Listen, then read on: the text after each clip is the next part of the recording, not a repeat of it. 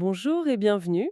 Aujourd'hui, on plonge dans une idée assez particulière, Mmh. celle de la force.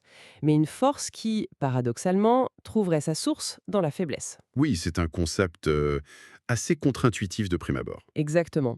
Et on le trouve exprimé de façon assez intense dans certains textes. Des textes spécifiques, oui. Voilà.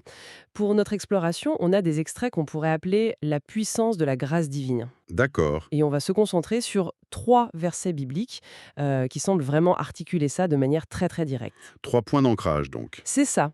Notre objectif, ce serait d'essayer de voir, comment ces textes décrivent le lien entre une puissance qu'ils appellent divine et puis la vulnérabilité humaine, la faiblesse, quoi. Comment ça interagit en somme? Comment ça s'agence, voilà, est-ce que l'une exclut l'autre ou est-ce que c'est plus complexe? C'est la grande question. Alors, allons-y. Le premier passage clé, il vient de la deuxième lettre de Paul aux Corinthiens, chapitre 12, verset 9. Un texte assez connu, oui. Il dit: «Et il m'a dit: "Ma grâce te suffit, car ma puissance s'accomplit dans la faiblesse. Je me glorifierai donc bien plus volontiers de mes faiblesses, afin que la puissance de Christ repose sur moi."» Mmh. Ce qui frappe tout de suite, c'est ça. Ma puissance s'accomplit dans la faiblesse. Pas malgré, mais dedans. C'est le nœud du paradoxe effectivement. Pour essayer de comprendre, on peut commencer par «ma grâce te suffit». Oui, La grâce ici, c'est un terme théologique important. C'est une faveur, un don de Dieu, quelque chose qu'on ne mérite pas forcément. d'accord. Dire qu'elle suffit, ça veut dire qu'elle est parfaitement adéquate. Pour la situation de faiblesse que l'auteur vit, il n'y aurait besoin de rien d'autre. C'est complet. La grâce comme réponse totale. OK. Mais le point qui reste le plus étonnant, c'est vraiment cette idée de puissance qui s'accomplit, qui se perfectionne grâce à la faiblesse. Oui. On imagine plutôt l'inverse, non? La faiblesse, ça diminue la puissance, ça l'empêche. Intuitivement, oui. Mais c'est là que le texte nous propose un vrai renversement.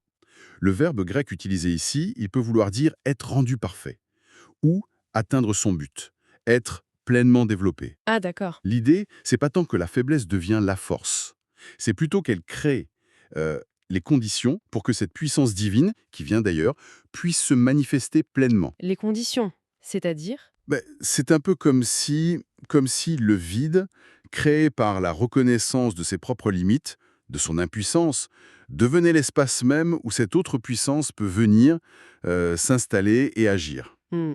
La faiblesse humaine n'annule pas la puissance divine. Au contraire, elle devient d'une certaine manière son terrain de jeu privilégié, son théâtre. Un théâtre privilégié. J'aime bien l'image. Ça expliquerait alors la suite. Je me glorifierais donc bien plus volontiers de mes faiblesses. Ça reste choc. Oui, Ça reste une phrase choc. Se vanter de ses faiblesses, c'est un peu bizarre, non? D'habitude, on essaye plutôt de les cacher, de les surmonter. c'est très fort, oui, et ça peut surprendre. Mais il faut bien comprendre le sens. Il ne s'agit pas de dire chic, je suis faible, comme si c'était une vertu en soi. D'accord, ce n'est pas une apologie de la faiblesse. Non, pas du tout. Ce n'est pas cultiver la médiocrité ou être passif. C'est plutôt une acceptation profonde et même presque revendiquée de sa propre condition. Le fait qu'on est limité, dépendant, Et pourquoi cette acceptation? parce que, selon l'auteur, c'est justement dans cet état d'acceptation, dans cette lucidité, que la puissance de Christ, pour reprendre ses mots, peut reposer sur lui. Reposer sur lui. Oui, le terme grec évoque l'idée de demeurer, de planter sa tente. C'est une image de présence stable. Donc, la faiblesse reconnue, c'est la condition, pas le but. C'est la porte d'entrée pour cette puissance spécifique. D'accord.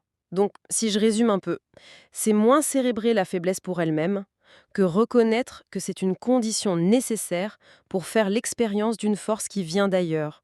C'est une sorte de lucidité radicale sur ses propres limites. Exactement ça. Une lucidité qui n'est pas fataliste ou résignée, mais qui est ouverte. Ouverte à une aide extérieure. Ça change complètement la perspective par rapport à l'idée que la force, c'est l'autonomie, c'est ne pas avoir besoin des autres ou de quoi que ce soit. Hmm. Ici, c'est le besoin, la faiblesse, qui attire ou qui permet en tout cas l'expression de cette puissance divine. Cette idée d'ouverture créée par la reconnaissance de ses limites, est-ce qu'on retrouve ça dans le deuxième texte, le psaume 28, verset 7? Alors, le psaume 28,7. Oui. L'Éternel est ma force et mon bouclier. En lui, mon cœur se confie et je suis secouru. Mon cœur est dans la joie et je le loue par mes chants. Là, le ton est différent, plus poétique peut-être. Oui, plus lyrique. Mais il aborde le thème sous un angle qui est très complémentaire, celui de la confiance. Une confiance active. Active, oui. D'abord, il identifie clairement la source de la force comme extérieure, l'Éternel. C'est un des noms pour Dieu dans la Bible hébraïque. Et il est décrit avec deux métaphores très fortes. Ma force et mon bouclier. Force et protection. Exactement. La force n'est pas une qualité propre au psalmiste, mais elle appartient à cette figure divine. Et le bouclier, ça ajoute l'idée de défense, de protection face aux menaces. Et le lien est très direct dans le texte. En lui, mon cœur se confie et je suis secouru. C'est presque une formule. Je fais confiance, donc, hop, je suis aidé. C'est aussi simple. Le psaume décrit une expérience vécue, une séquence. La confiance d'abord, le secours ensuite. Mais se confier ici, c'est plus qu'une simple croyance intellectuelle, hein. Ah oui. Oui, ça implique un engagement, un abandon, une orientation de tout son être, du cœur, de la volonté, vers cette source de force et de protection. Le texte suggère que cet acte de confiance, c'est un peu la clé qui ouvre la porte à l'intervention, au secours. Donc pas magique, mais relationnel. C'est ça. C'est la confiance qui initie ou qui permet de recevoir l'aide qui est attendue ou promise par cette figure divine. C'est une dynamique de relation. Du coup, ce n'est pas seulement une acceptation un peu passive de la faiblesse comme dans le premier texte. Non. C'est un mouvement actif. Un élan de confiance vers cette source extérieure. C'est une excellente façon de le dire. 2 Corinthiens mettait l'accent sur l'état de faiblesse comme condition. Le psaume, lui, met en lumière l'action de se confier. C'est la démarche active qu'on peut faire quand on se sent dans le besoin. D'accord. On lucide ou par la confiance active. C'est ça qui permet de recevoir l'aide. Et le résultat, dans le psaume, ce n'est pas juste être secouru, être tiré d'affaire, c'est aussi mon cœur est dans la joie et je le loue par mes chants. Il y a une dimension émotionnelle très forte. Tout à fait. La force reçue transforme l'état intérieur. L'expérience du secours divin, qui a été rendue possible par la confiance, elle engendre une réponse.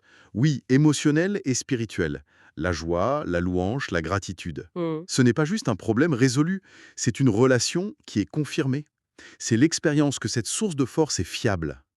Et ça remplit le cœur. Ça fait écho d'une certaine façon au «je me glorifierai» de Paul, non? Ah oui, c'est vrai.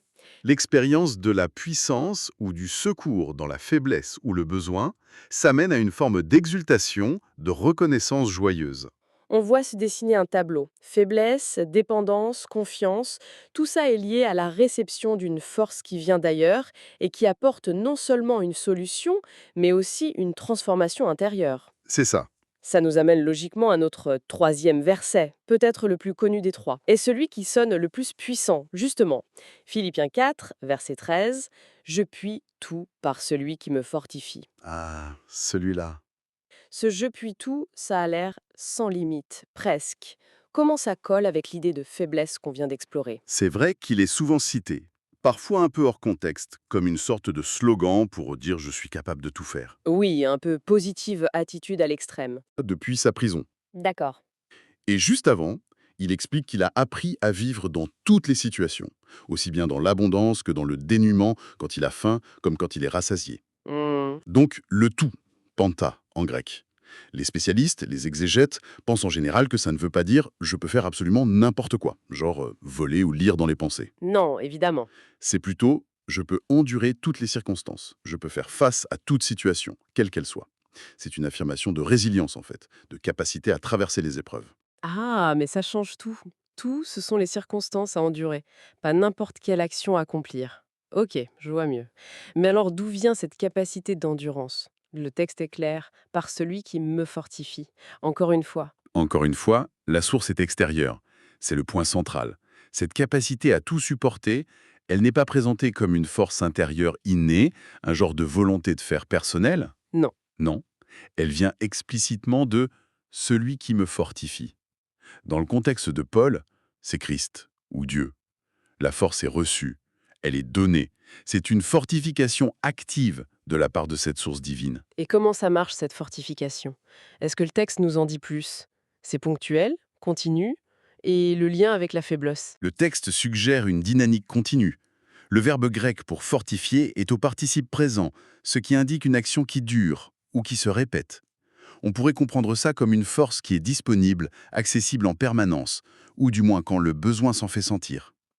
D'accord. Et le lien avec la faiblesse de 2 Corinthiens est très fort. C'est peut-être justement parce que Paul sait très bien qu'il ne peut pas tout endurer par lui-même, Mhm, qu'il est ouvert et capable de recevoir cette force extérieure. mhm. Sa capacité à tout endurer découle paradoxalement de la reconnaissance de son incapacité fondamentale à le faire seul face aux extrêmes qu'il décrit. Donc la fortification divine vient combler ce manque. Exactement. Elle vient combler cette faiblesse face aux aléas de la vie. C'est moins une affirmation «je suis fort» qu'une reconnaissance «je suis rendu fort» au moment où j'en ai besoin, par un autre. C'est fascinant. Donc même cette phrase qui sonne si triomphante, je puis tout, elle est en fait ancrée dans une profonde reconnaissance de dépendance. Tout à fait. Bon, essayons de rassembler un peu tout ça. On a vu trois angles. La puissance qui s'accomplit dans la faiblesse acceptée, la confiance active qui ouvre au secours et à la joie, et la capacité à tout endurer grâce à une force reçue. Quelle image globale de la force ça dessine tout ça? Eh bien, ces 3 extraits, si on les met ensemble, ils esquissent un modèle de force qui est, oui, assez radicalement différent de nos idées habituelles d'autonomie, d'invulnérabilité. Oui, La force, telle qu'elle est présentée ici, ce n'est pas l'absence de faiblesse, ce n'est pas l'éradication de la vulnérabilité. C'est plutôt la présence et l'action d'un soutien divin au cœur même de cette vulnérabilité. donc la faiblesse n'est plus l'ennemi à abattre. Elle n'est plus vue comme un échec ou une preuve qu'on est abandonné. Elle devient ce terrain paradoxal, on y revient, où une autre forme de puissance peut se déployer. Et quels seraient les mécanismes ou les conditions pour accéder à cette force paradoxale, d'après ces textes, si on devait résumer? On peut identifier quelques piliers qui reviennent, oui. Premièrement, euh, la lucidité, l'acceptation. Reconnaître ses limites. Voilà. Reconnaître ses limites, sa dépendance, sa faiblesse, comme dit Paul dans 2 Corinthiens, ce n'est pas de la complaisance, hein, c'est juste être réaliste sur sa condition. Et ça ouvre une porte. D'accord. Deuxièmement, Deuxièmement, la confiance, l'orientation active. comme dans le psaume. Oui. Tourner son cœur, sa foi, vers cette source extérieure de force qu'on a identifiée. C'est un mouvement volontaire de dépendance. Et troisièmement, Troisièmement, la réception, la dépendance vécue. C'est faire l'expérience d'une capacité, d'une endurance, d'une aide qui ne vient pas de soi, mais qui est donnée, donnée par celui qui fortifie, comme dit Philippiens. C'est ce qui permet de traverser les difficultés. lucidité, confiance, réception. Et ce qui relie tout ça, c'est vraiment le caractère relationnel de cette force.